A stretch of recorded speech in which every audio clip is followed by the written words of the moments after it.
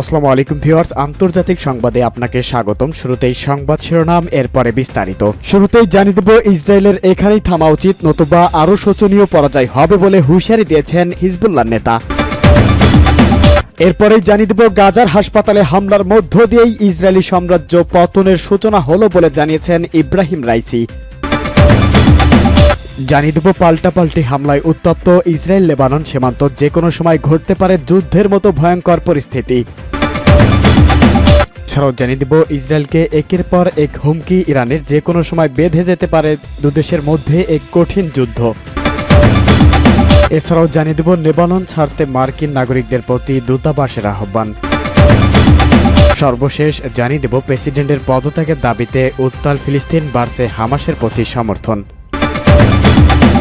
ইসরায়েলের এখনই থামা উচিত, নতুবা আরও শোচনীয় পরাজয় হবে বলে হুঁশিয়ারি উচ্চারণ করেছেন হিজবুল্লাহ নেতা। হামাসের বিরুদ্ধে ইসরায়েল কোনোভাবেই জয় হবে না বলে হুঁশিয়ারি দিয়েছেন লেবাননের সশস্ত্র গোষ্ঠী হিজবুল্লাহ শীর্ষ নেতা নাইম কাশেম। এই হুঁশিয়ারি দিয়ে তিনি জানান, অপারেশন আল আকসা ফ্লডের সামনে ইহুদিদের শোচনীয় পরাজয় ঘটবে। খবর আল জাজিরার। Hezbollah deputy general secretary Sheikh Naim Kashem বলেন, চলমান লড়াই অংশ, আমরা যখনই যুদ্ধের হিজবুল্লাহর প্রয়োজন হবে আমরা হস্তক্ষেপ দ্বিধা করব না। ইসরায়েলকে স্মরণ করতে চাই, অপারেশনে আল আকসা ফ্লডের কারণে তারা ভয়াবহ ক্ষতিগ্রস্ত।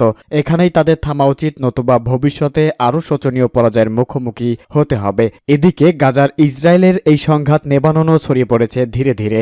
ভয় আর আতঙ্কের মধ্যেই ঘরবাড়ি ছাড়ছেন ইসরায়েল সীমান্তবর্তী লেবানন বাসিন্দারা। এর মধ্যে ইহুদি সেনাবহরের হামলায় সীমান্তের কয়েকটি গ্রাম ধ্বংস হয়েছে।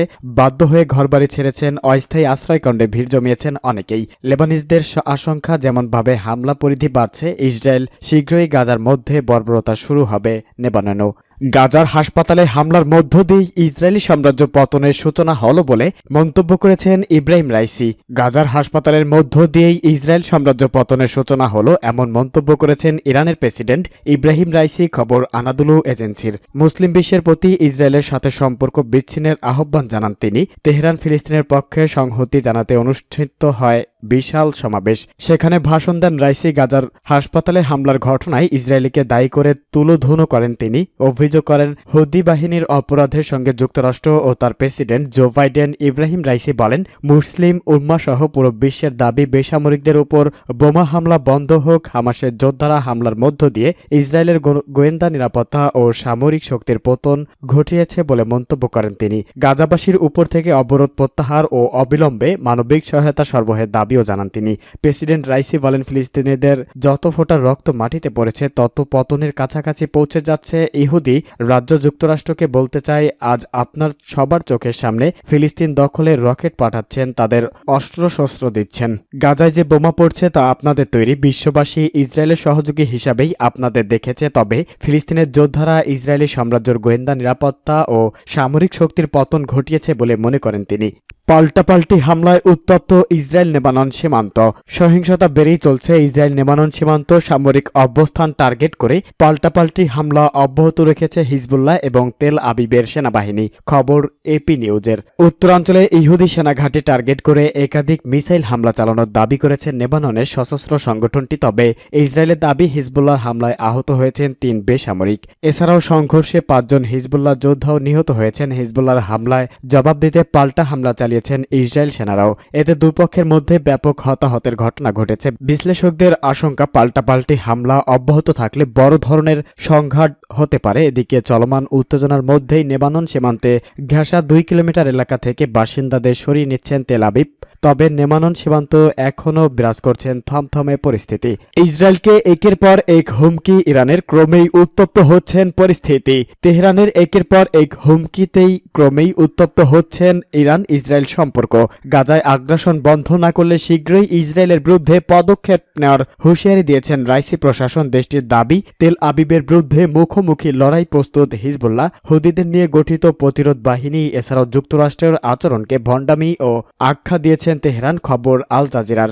গাজার পাশাপাশি হিজবুল্লাহ ইসরায়েলের হামলা পাল্টা হামলায় পরিস্থিতি জটিল হয়ে উঠেছে লেবানন সীমান্ত। এরই মধ্যে মধ্যপ্রাচ্যের পরাশক্তি ইরান ও তেল আবিবে একের পর এক হুমকি দিচ্ছেন, ফলে এই যুদ্ধে ক্রমেই ইরান জড়িয়ে পড়ার আশঙ্কা বাড়ছে। হুঁশিয়ারি দিয়ে ইরানের পররাষ্ট্রমন্ত্রী হোসাইন আমির আবদুল্লাহিয়া জানান, গাজায় বেসামরিক হত্যা বন্ধ না হলে ইসরায়েলের সাথে সরাসরি লড়াইয়ের নতুন ফ্রন্ট খোলা ছাড়া আর কোনো পথ থাকবে না। তাদের যৌথ প্রতিরোধ বাহিনী যুদ্ধের জন্য প্রস্তুত বলেও হুঁশিয়ারি দিয়েছেন তেহরান। মধ্যপ্রাচ্য, ইসরায়েল ও পশ্চিমা শক্তির বিরুদ্ধে লড়াইয়ের জন্য প্রায় এক যুগ আগে গঠিত এই প্রতিরোধ বাহিনী ইরান ছাড়াও এই বাহিনীতে আরও সিরিয়া প্রতিরক্ষা বাহিনী, লেবানন, হিজবুল্লাহ, ইরাকের মিলেশিয়া ও ইয়েমেনের হুদি বিদ্রোহীরা রয়েছেন। হোসেন আমির আবদুল্লাহিয়া বলেন, যুক্তরাষ্ট্রকে সতর্ক করছি, ভণ্ডামি না করে খুব বেশি দেরি হওয়ার আগেই নারী ও শিশুদের বিরুদ্ধে এসব যুদ্ধ অপরাধ বন্ধ করুন। প্রতিরোধ বাহিনীর নেতারা দখলদার হুদিদের বিরুদ্ধে মুখোমুখি লড়াইয়ের প্রস্তুত। জাতিসংঘ সহ অন্যান্যরাও সুযোগ কাজে না লাগালে সামনে কয়েক ঘন্টার মধ্যেই ইহুদিদের বিরুদ্ধে নতুন ফ্রন্ট খোলা অনিবার্য হয়ে পড়বে। ইরানের স্পষ্ট অবস্থান, যুদ্ধ সরাসরি হস্তক্ষেপ হচ্ছে না থাকলেও ইসরায়েল না থামলে সামনের দিনগুলোতে ঘটতে পারে যে কোনো কিছু। হুসাইন আমির আবদুল্লাহিয়ান বলেন, আমেরিকানরা আমাদের যুদ্ধ সম্প্রসারণ না করার বার্তা দিচ্ছেন। তাদের বলতে চাই, যুদ্ধ ছড়িয়ে পড়ুক এমনটা চান না ইরান, তবে সংযম একপাক্ষিক হলে তা হতে পারে। নেতানিয়াহুকে বেসামরিকদের বিরুদ্ধে যে কোনো অপরাধ করার স্বাধীনতা দিয়ে আপনি হিজবুল্লাহকে সংযত থাকার পরামর্শ দিতে পারেন না। এদিকে যুক্তরাষ্ট্র, জার্মান সহ পশ্চিমা অনেক দেশই ইরানকে যুদ্ধে না জড়ানোর হুঁশিয়ারি দিচ্ছেন। পাল্টা হুঁশিয়ারি দিচ্ছেন ইরানও, ফলে পরিস্থিতি ধীরে ধীরে আরও উত্তপ্ত হয়ে উঠছেন। লেবানন ছাড়তে মার্কিন নাগরিকদের প্রতি দূতাবাসের আহ্বান। ইহুদিবাদী ইসরায়েলের সাথে লেবাননের ইসলামী প্রতিরোধকামী সংগঠন হিজবুল্লাহর দফায় দফায় সংঘর্ষের প্রেক্ষাপটে লেবানন ছেড়ে দেশে ফিরে যেতে নাগরিকদের প্রতি আহ্বান জানিয়েছেন মার্কিন দূতাবাস। ফিলিস্তিনের অবরুদ্ধ গাজা উপত্যকার উপর ইসরায়েলের বর্বর গণহত্যা ও অপরাধ যজ্ঞের প্রতিবাদে হিজবুল্লাহ ইসরায়েলের বিরুদ্ধে সংঘাত ছড়িয়ে পড়ার ঘোষণা দিয়েছেন। মার্কিন দূতাবাস নাগরিকদের বৈরুতের রফিক হারিরি বিমানবন্দর দিয়ে আমেরিকায় ফিরে যাওয়ার উপায় খুঁজে বের করার পরামর্শ দিয়েছেন। নিরাপত্তা ও জরুরি পরিস্থিতি বিবেচনা করে দূতাবাসের কর্মকর্তা এই পরামর্শ দিয়েছেন বলে স্থানীয় গণমাধ্যম জানিয়েছেন। মার্কিন দূতাবাস এক বিবৃতিতে বলেছেন, অনিশ্চিত নিরাপদ পরিস্থিতির মধ্যে আমেরিকার যেসব নাগরিক লেবানন ছাড়তে চান তাদের উচিত এখনই দেশটি ত্যাগ করা। এখনও বাণিজ্যিক ফ্লাইট পাওয়া যাচ্ছে, তবে ক্ষমতা কমে যাচ্ছে। বিবৃতিতে আরও বলা হয়েছে, যেসব মার্কিন নাগরিক লেবানন ত্যাগ না করার সিদ্ধান্ত নিয়েছেন তাদের জরুরি পরিস্থিতির জন্য জরুরি পরিকল্পনা প্রস্তুত করতে হবে। এর আগে গত মঙ্গলবার মার্কিন পররাষ্ট্র দপ্তর নিজ দেশের নাগরিকদের লেবানন থেকে দ্রুত সরে যাওয়ার নির্দেশ দিয়ে 4 নম্বর সতর্কতা উচ্চারণ করেছেন। প্রেসিডেন্টের পদত্যাগের দাবিতে উত্তাল ফিলিস্তিন, বাড়ছে হামাসের প্রতি সমর্থন।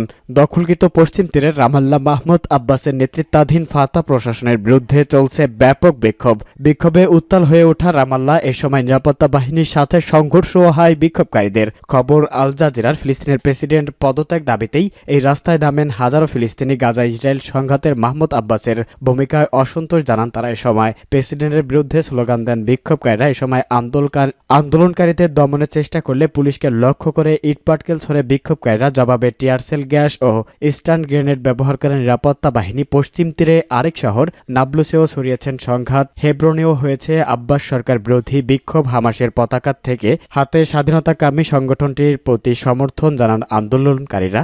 অঞ্চলটির নিরাপত্তায় ইসরায়েলের সাথে সমন্বয়ের মাধ্যমে কাজের অভিযোগে দীর্ঘদিন ধরেই আব্বাস প্রশাসনের উপর ক্ষোভ ঝেড়েছেন ফিলিস্তিনিরা।